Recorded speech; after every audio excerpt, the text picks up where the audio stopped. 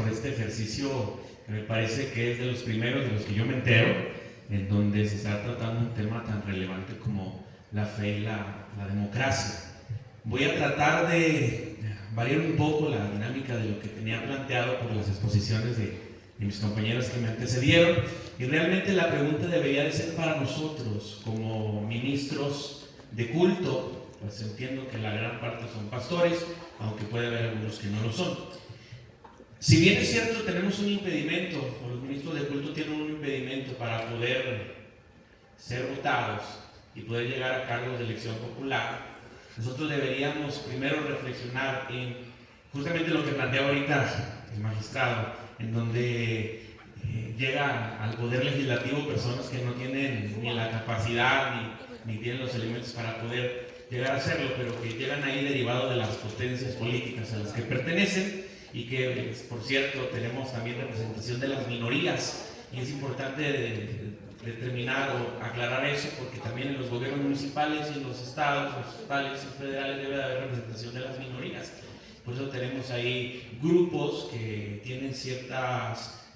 influencias y que además tienen ciertos parámetros en los que creen y viven y que son escuchados. Pero el tema religioso es un tema muy interesante porque los antecedentes históricos, como se planteaba hace un momento, por lo menos en nuestro país, pues se derivan del poder que tenía la Iglesia Católica. Y yo sí pienso que debería haber un estudio y debería haber un momento en el que se reflexione sobre si el artículo 130 constitucional seguirá siendo relevante hacia nuestro contexto muy particular. Porque cuando fue formulado, obviamente el interés era poder separar a la Iglesia del Estado por toda la influencia que ejercía la Iglesia. Porque si bien es cierto, el gobierno de ese tiempo, lo que se intentaba ejercitar como gobierno, no tenía los elementos que la Iglesia tenía, porque también es importante precisar que la Iglesia, sin decir cuál, sino simplemente el grupo de seguidores que comparten el mensaje de Jesús a lo largo de la historia, se han unido para crear proyectos relevantes, y en el nombre de Jesús se ha atendido a enfermos, se ha atendido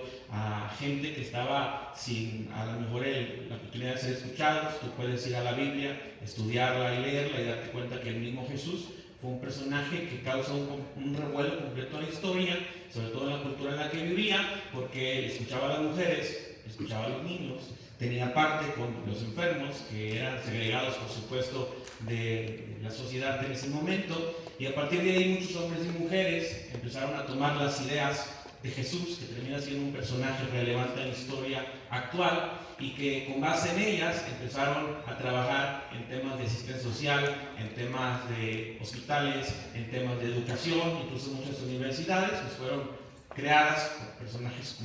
como estos. Bajo ese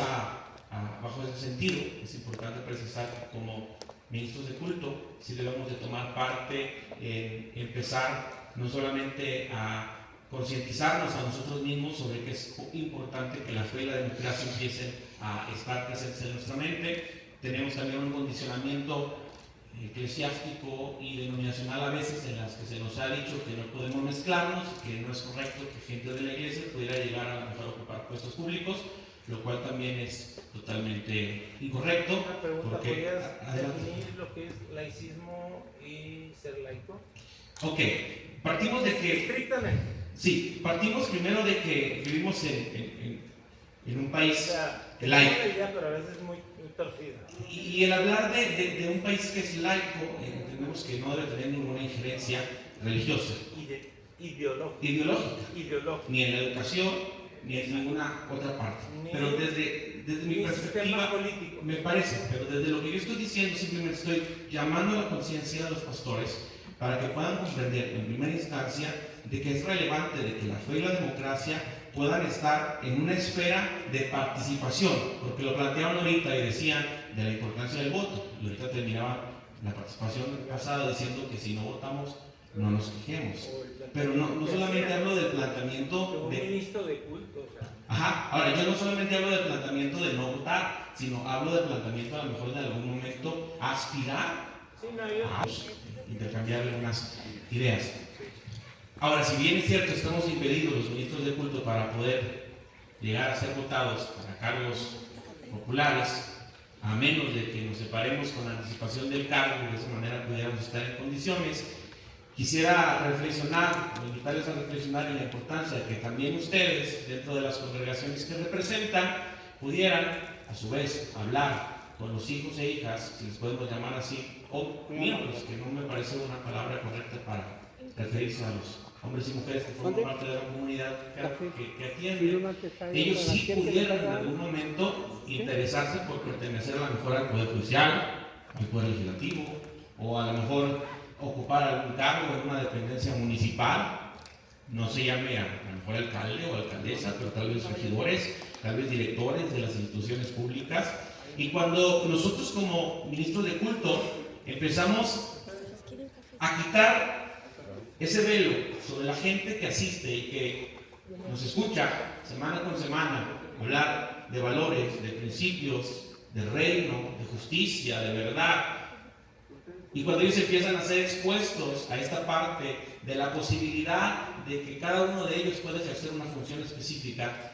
creo que vamos a tener una representación muy importante para que también la voz de cada uno de nosotros sea escuchada. Porque yo no sé qué te ha pasado a ti en la iglesia que representas o que atiendes, pero de repente había anteriormente como una idea en donde si alguien en la iglesia se animaba a tener alguna función jurisdiccional, que era tildado de una manera equivocada. Yo recuerdo hace muchos años cuando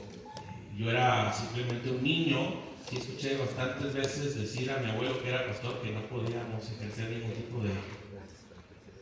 de cargos públicos, que no tenían nada que ver con la iglesia. Pero de repente vas creciendo, vas estudiando, te vas exponiendo, te das cuenta de la realidad social en la que vivimos y llegamos a la conclusión, o yo llego a la conclusión de que es importante tener una representación de personas que no solamente sean creyentes, sino que tengan principios que están de acuerdo a los derechos humanos, de acuerdo al progreso, de acuerdo a la familia, en protección a los niños, las niñas y los adolescentes, que termina siendo una de las funciones que hago dentro del trabajo que tengo. Y vivimos en una comarca lagunera, por ejemplo, donde tenemos altos grados de disfuncionalidad familiar, donde todos los días niños y niñas son abandonados. Hace poco salió una noticia de unos padres de familia que querían tirar por el barranco a dos de sus hijos. Es terrible. Todos los días hay situaciones complicadas en donde niños y niñas están siendo expuestas a vulneración de derechos, y luego nos encontramos con gobiernos que no están viendo en pro de la familia, y nosotros a veces nos quejamos y decimos, ¿cómo es posible que no haya a lo mejor una concientización y una importancia, una relevancia, donde el gobierno puede estar fortaleciendo los vínculos familiares, pero nosotros mismos que creemos en la familia no estamos tratando de llegar a esos lugares que terminan siendo montes de influencia?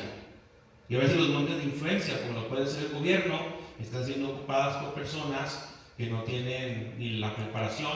y hablo a lo mejor de gente que llega a ciertos cargos públicos porque tiene una maquinaria política muy importante y que termina siendo simplemente alguien que ocupa un lugar de privilegio, pero que no marca la diferencia, porque no tiene propuestas, porque no tiene forma de traer un beneficio a la sociedad. Y es ahí donde los pastores deberían de empezar a reflexionar. Y cuando digo pastores me refiero a todos los ministros de culto de todas las denominaciones, incluso la Iglesia Católica con sus clérigos. Pero sí es importante que nosotros como ministros de culto podamos empezar a concientizar a la gente de la iglesia, número uno, de que vote. Incluso tú puedes hacer un ejercicio, cada vez que haya votación, ve temprano y vote, y a la reunión diles, oye, ve a votar, si que puedas influir hacia dónde sí y dónde no. Simplemente que les digas que hay que votar de acuerdo a nuestros propios principios, porque el voto tiene que ser razonado, ¿estamos de acuerdo en eso?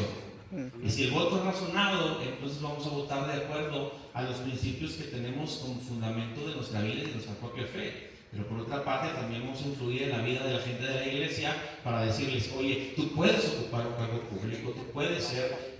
relevante, tú puedes llegar a ser un regidor que pueda ejercitar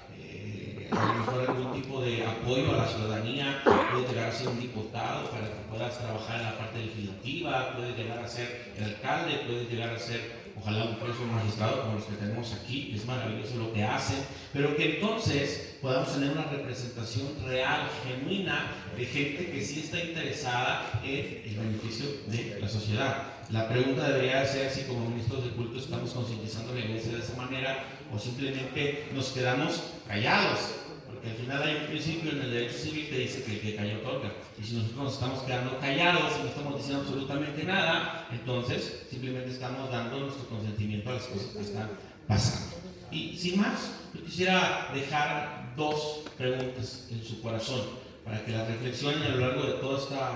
estas intervenciones que vamos a tener. Pudieran reflexionar. Número uno, debería ser: ¿cuál es la posición que como iglesia deberíamos tener con respecto a los ejercicios democráticos que vienen y los que vendrán? ¿Deberíamos quedarnos callados sin decir nada o deberíamos levantar la voz y empezar simplemente a promover la vida, la familia, la paz? Número dos, ¿qué voy a hacer cuando alguien en mi congregación o en mi comunidad venga a decirme que tiene interés en llegar a ser un diputado, un senador, a nivel municipal, un regidor, un director de seguridad pública, el tesorero municipal, el propio alcalde, un director de alguna procuraduría, un subprocurador? ¿Qué le voy a decir? Lo voy a alentar y le voy a decir: lo puedes hacer, cuenta conmigo, voy a orar por ti. O le voy a decir: no te involucres porque esos ambientes son muy negros y te puedes desviar. Cuando empecemos a pensar de esa manera, creo que vamos a tener un posicionamiento diferente, porque entonces vamos a tener gente de luz, porque esa es la palabra, en diferentes niveles de influencia de gobierno, de educación, de arte, de cultura, de deportes, que realmente todo lo que hacen y todo lo que emprenden va a terminar beneficiando a nuestra sociedad. Es cuanto. Muchas gracias.